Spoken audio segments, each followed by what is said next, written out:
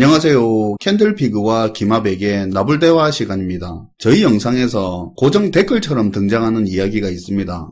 아직도 이러고 있냐? 그놈의 경제위기는 언제 오냐? 지금 주가 올라가는 거 안 보이냐? 하는 그런 류의 이야기인데요. 요즘에는 이런 댓글 없으면 이분들 어디 갔지 하고 궁금할 정도로 익숙한 내용입니다.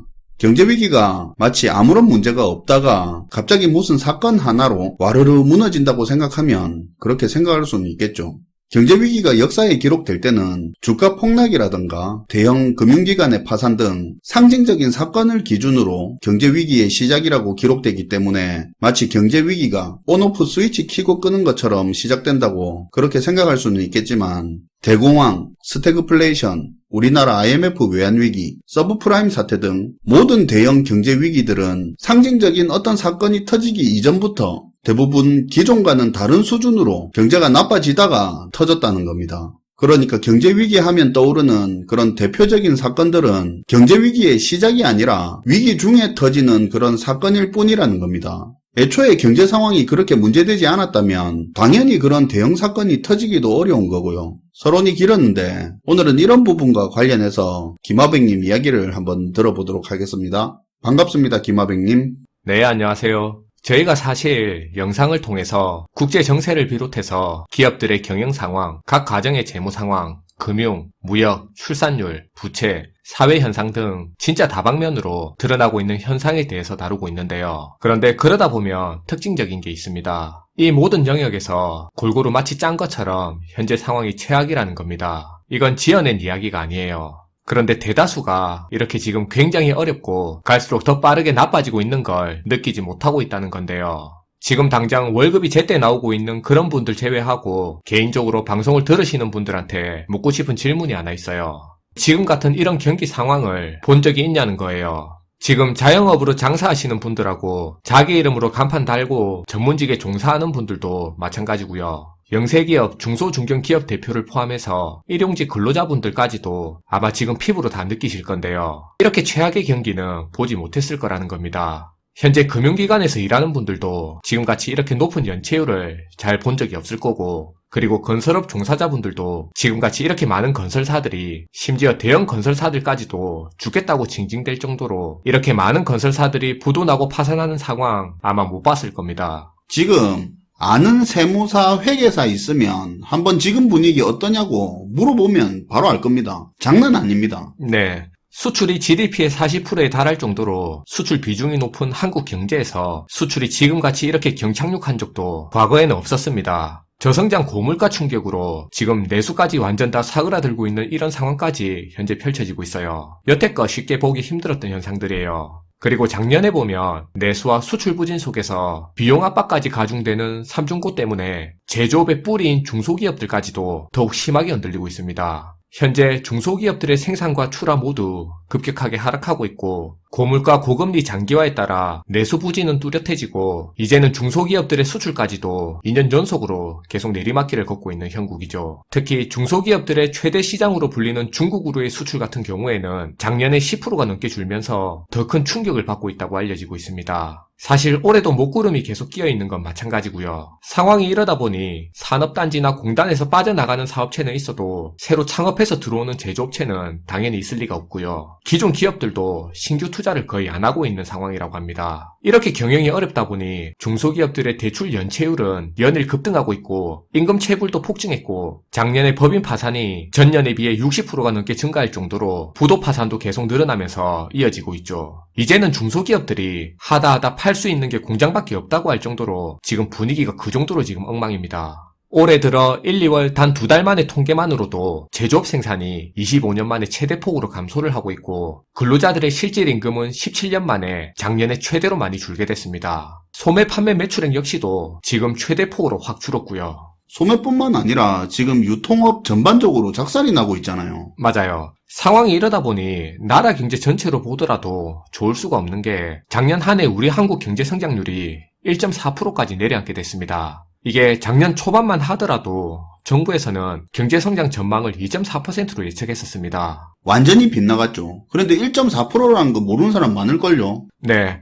그런데 그렇게 예측하던 성장 전망치를 1년에 4-5번씩이나 계속 수정해서 수차례씩 바꿀 정도로 그 정도로 경제 성장률이 작년에 푹푹 떨어지게 됐죠. 작년에 일본 경제 성장률이 1.9%였기 때문에 우리가 0.5%나 더 낮게 나온 건데요. 사실 경제 성장률이 1%대도 1%대인데 댓글 보면 지금 경제 문제 없다고 하는 분들 말대로라면 작년에 우리 한국 경제에 무슨 특별한 위기가 없었다라는 거잖아요. 그럼 그런 정상적인 경제 상황에서 경제 성장률이 1.4%가 나왔다는 말이고요. 경제 괜찮다는 전제면 이런 수치가 나오는 게 말도 안 되는 거죠. 제조 수출 중심의 국가가 어떻게 이런 경제 성장률이 나옵니까? 그쵸. 그럼 그게 오히려 더 큰 문제가 아닐까요? 예전에 IMF 위기나 글로벌 금융위기 같은 그런 경제 충격이 없는 상황인데도 불구하고 1%대 성장으로 장기 저성장의 대북격인 일본보다도 더 낮게 나왔다는 것 자체가 그게 이제 설득이 잘 안 된다는 거죠. 상황을 안 보려고 하고 무시하려고 하려고 한다는 그 말밖에 안 되죠. 기업 순이익이 박살이 났는데 이 거품 낀 주가지수 이야기나 해가면서 경제 괜찮다고 착각을 하고 있고. 네, 어디서는 이러더라고요. 투기와 SNS로 인해서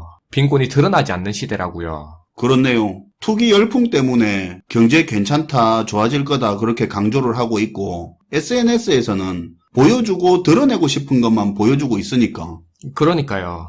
여기에 그동안 저희가 계속 강조하던 얘기처럼 부동산을 중심으로 폭증한 가계부채 문제까지 누적되면서 이제는 고금리로 가계부담을 더욱 압박하다 보니까 가계 개인들의 숨통을 더 조이고 있죠. 지금까지 말한 이런 것들이 실제 우리한테 직접 피부로 다가오고 있는 그런 경제 현실인 겁니다. 아직도 사실은 많은 사람들이 이런 위험 요인들을 마치 휘발성 이슈처럼만 그렇게 여기고 그냥 넘겨서 그런데요. 전방위적으로 우리 경제 모든 분야에서 그동안 오래 누적된 문제점들이 지금 하나 둘씩 이제 점점 터져나오고 있다는 거 이제 느껴야 됩니다. 그리고 누차 강조하지만 앞으로 흘러갈 경제 상황의 방향 자체는 이미 너무나도 명확하게 그 길이 정해져 있다는 거 그것까지도 염두해야 되고요. 사실 저희가 매번 강조하는 이야기지만 사람들이 위기를 잘 인식하지 못하는 이유는 사람들은 각자가 감당할 수 있는 현실 그 수준 내에서만 변화를 인식하다 보니까 그 인식 수준을 벗어난 위기에 대해서는 아무리 반복해서 이야기를 듣는다 하더라도 그 위기 자체를 받아들이기도 힘들고 피부로 체감을 잘 못하게 되죠. 맞아요.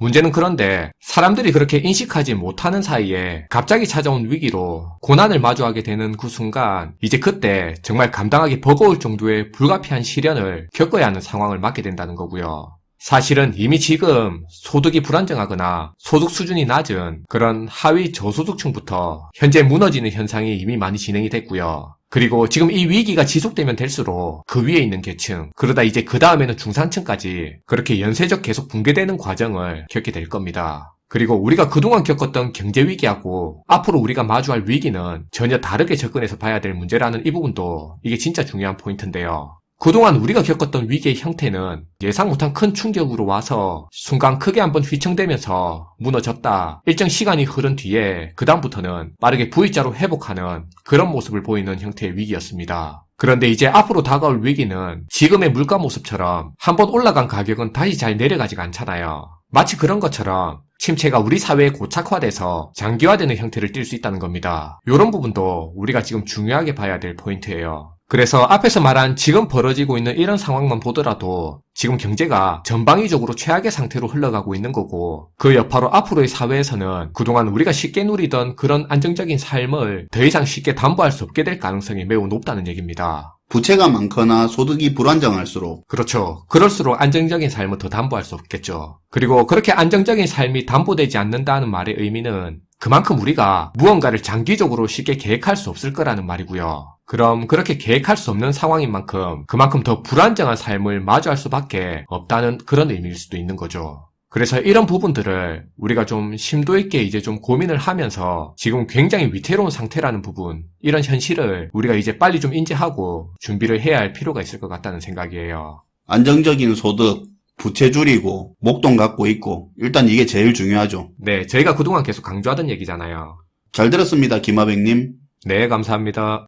영화 테이큰에 보면 초반에 이런 장면이 나옵니다. 주인공 리암 니슨의 딸이 집에 들이닥친 납치범에게 들키지 않으려고 방에 침대 밑에 숨어 숨죽이며 바짝 긴장을 하고 있는데요. 그리고는 납치범이 뚜벅뚜벅 방에 걸어 들어와서 방을 훑어보고는 나갑니다. 그제서야 주인공 딸은 긴장을 풀고 소리를 내는데요. 근데 납치범들은 간 게 아니고 기다리고 있었죠. 그리고 들킨 주인공 딸은 끌려나갑니다. 지금이 그런 상황이랑 비슷한 게 아닌가 하는 생각이 드는데요.